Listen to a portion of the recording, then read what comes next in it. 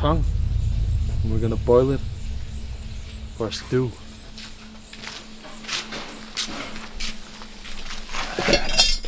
This is ridiculous.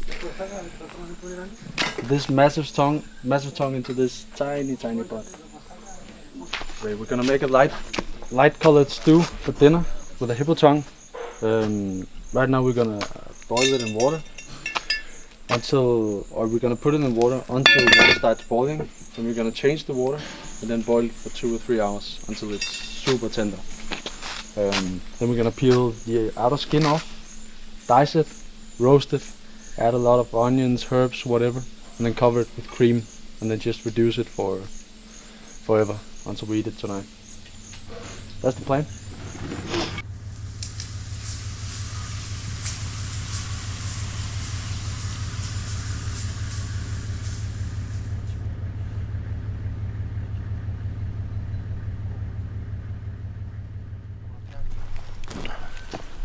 So we just found a good sized bump track.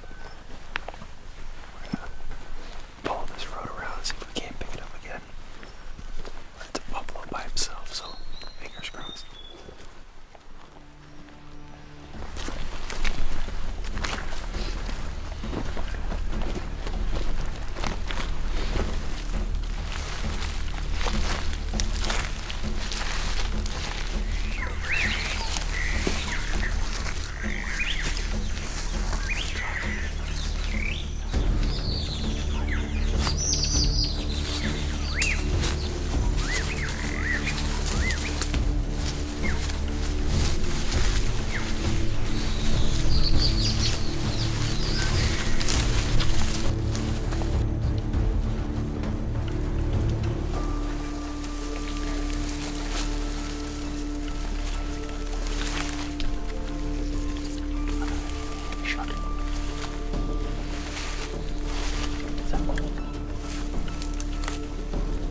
When you shoot again quickly.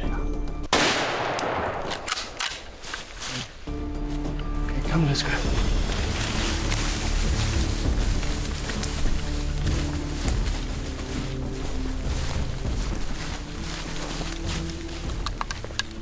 I think the shot might have been high. Okay, what's the soft? It was soft. That was a soft.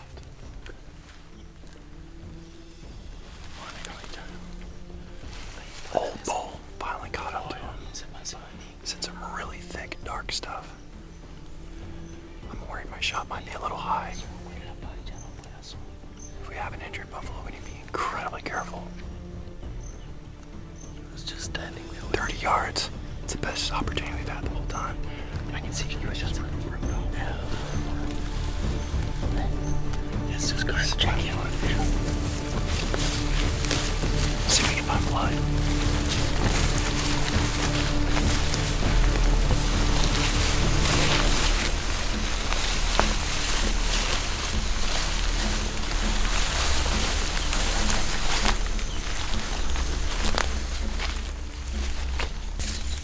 We got into that thicket where he was at.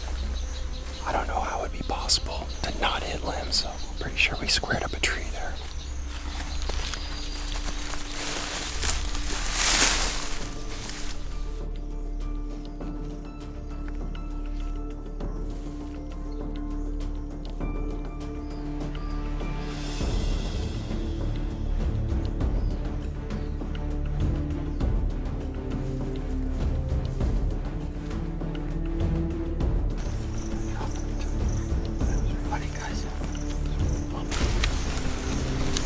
It was right here. Yeah.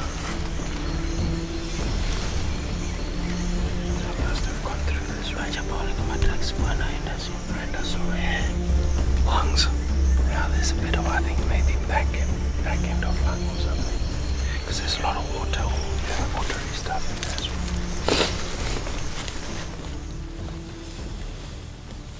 We've been tracking this buffalo since the first shot for about probably close to an hour now. Keep looking up blood. It's just so thick in here, we have to be careful, so we're just taking our time, trying not to get whacked. Once the buffalo's shot, they become incredibly agitated. That's what makes them so dangerous. So now that we've injured one, it's fight or flight. They fight.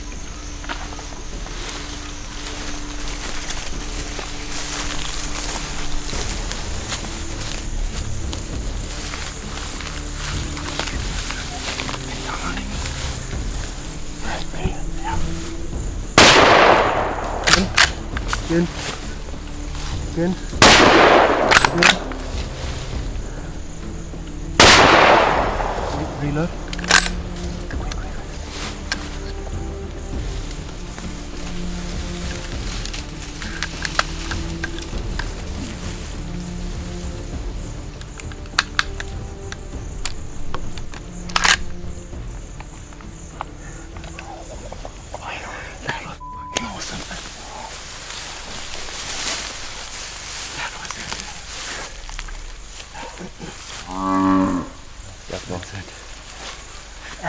Good tracking, man. Yes, good tracking. That was a good one.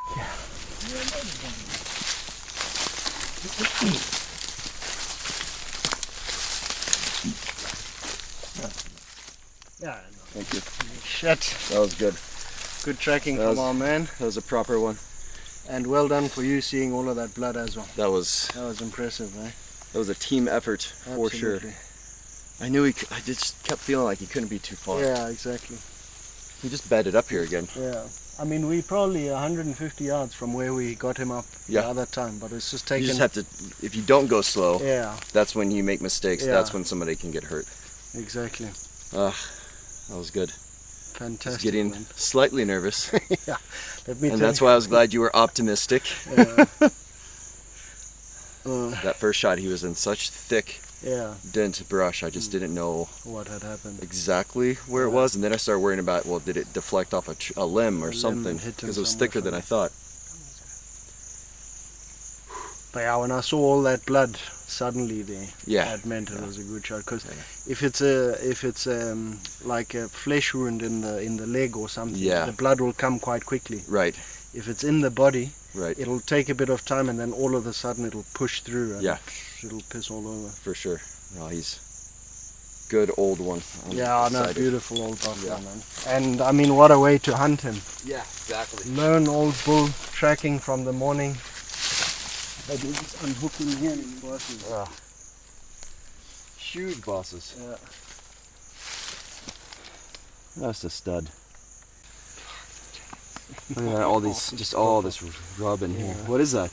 That's just tree bark. Tree bark. Yeah. I didn't know what kind of tree is that. Something Upani, is it? No, Oh, look. this here is not. This will be Oh, that's just softer from- stuff. No, what a buffalo, all by himself, and proper tracking job. That was awesome. Your man did a good job. Yeah. Because when we first Yeah. that's- bumped him, Yeah.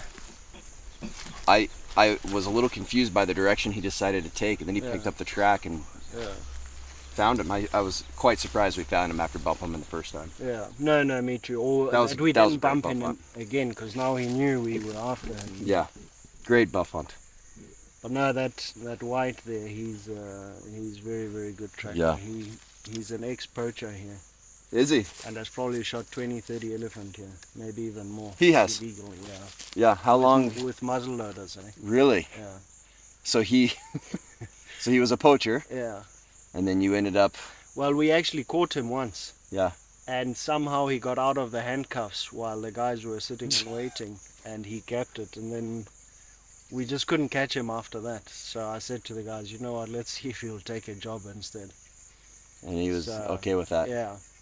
Wow. Is he from one of the villages that we came through? Yeah, a little bit further A little up, bit further up. than Oh. where we dropped off the meat. So this buffalo we just shot now is an old buffalo. It's an old lone buffalo. The way, first of all, you can see his body, his neck, all of his features are massive on him, and he's been around for many years. When a buffalo is young, they will start by having skin on top here. And slowly as they grow, the horn forms and gets bigger and bigger and bigger, and eventually all of it goes hard here.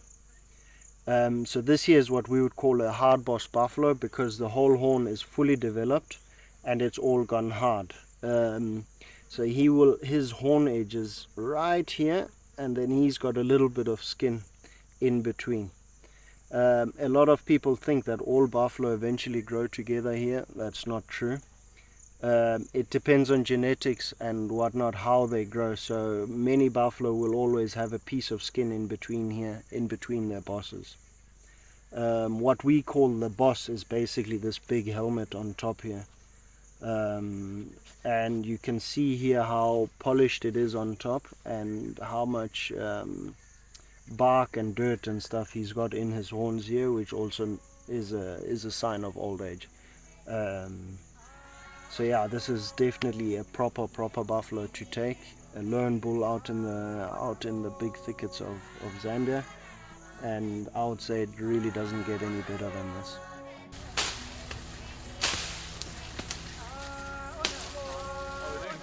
Congratulations. You won't find a berry around here. Thanks, buddy. Freaking awesome. Yeah, congrats.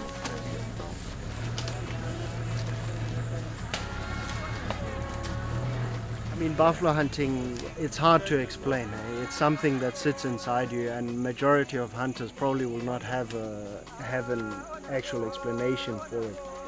But it's being out here, knowing that this animal, if you make a mistake, he can injure you or kill you. And the way we hunt them, you know, following the tracks, and majority of cases you don't even get onto them, or they smell you or hear you before you get up to them.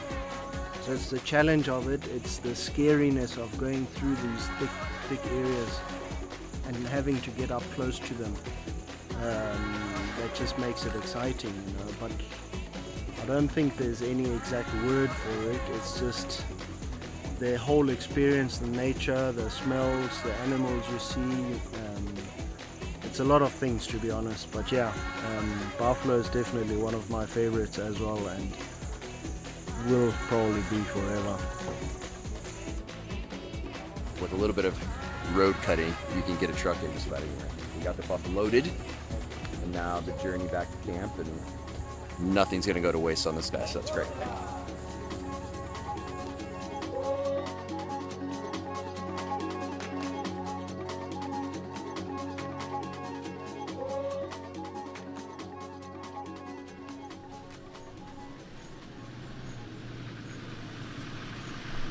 Looks like there's a pretty good puku, so I'll go have a closer look, see what we got.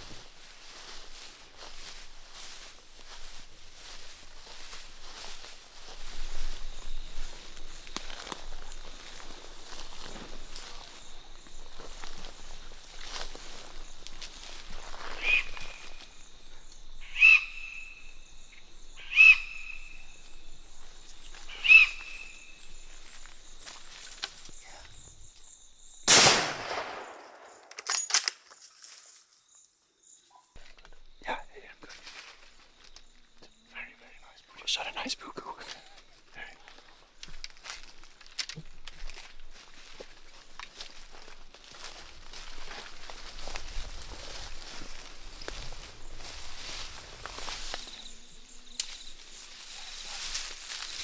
Good done, man. Good shot. It's a beat as well. Well. It's a Yeah. good one. Really good. Beautiful puku. And he smelt us in there and then started whistling. I heard him. I thought we were toast. Yeah. And then he lost obviously interest and just started went- feeding again. Yeah. See if I can show you that. Yeah. They're bigger than they look. Yeah. Check the size of the neck on it. What a beautiful puku, man. He's awesome. More puku carpaccia. Yeah. The meat alone is worth it. Yeah. No, They're absolutely. incredible animals. Yeah. Very, very cool. Yeah. No, beautiful. Awesome. It's pretty much only in Zambia you can get them. Just a little bit in southern Tanzania. Right? Yeah. But then you have to have, I think, a 21-day license before they'll let Oh, is you that right? shoot one. Yeah. Here we got plenty of them. The Seeing neck this, on I didn't know if he was injured, but it's just mud. Yeah, I was looking at that through the scope. yeah. We got our puku loaded up, and then we headed over to help Sierra find a croc there after earlier today.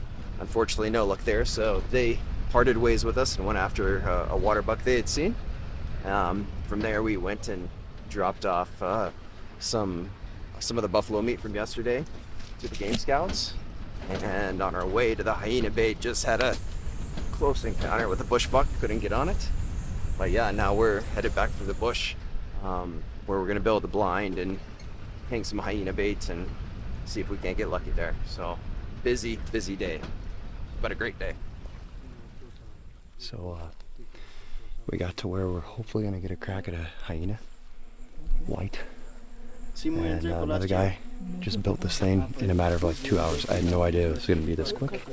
We haven't even cut our shooting holes out yet, but freaking legit.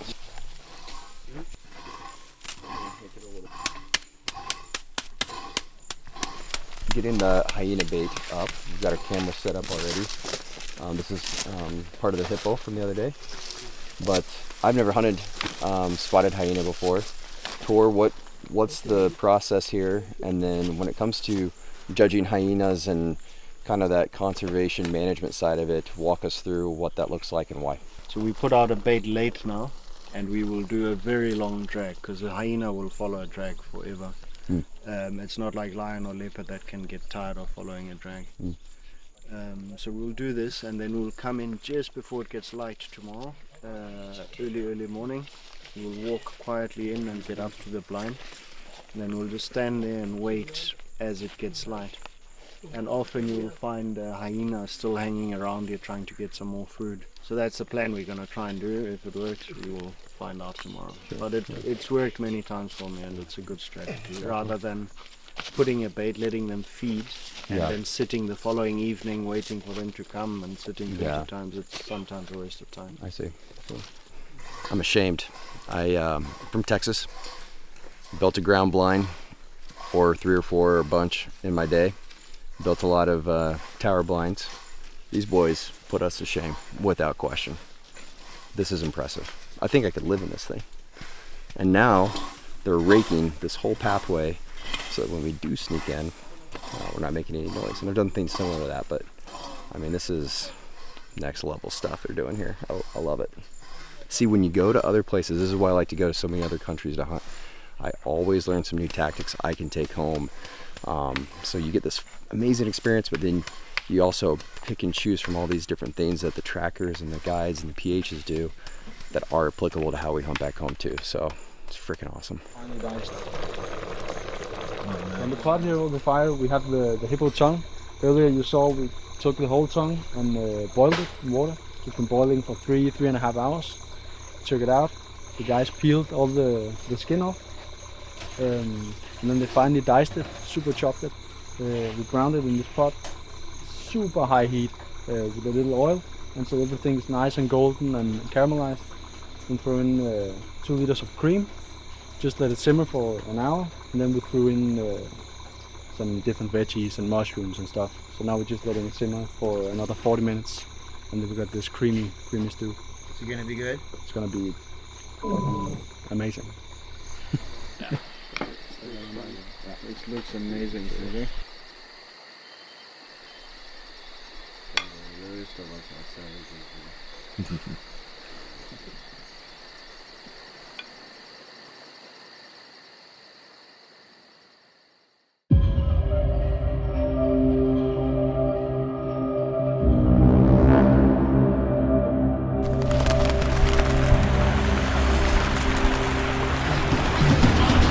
Come on, I gotta put you up.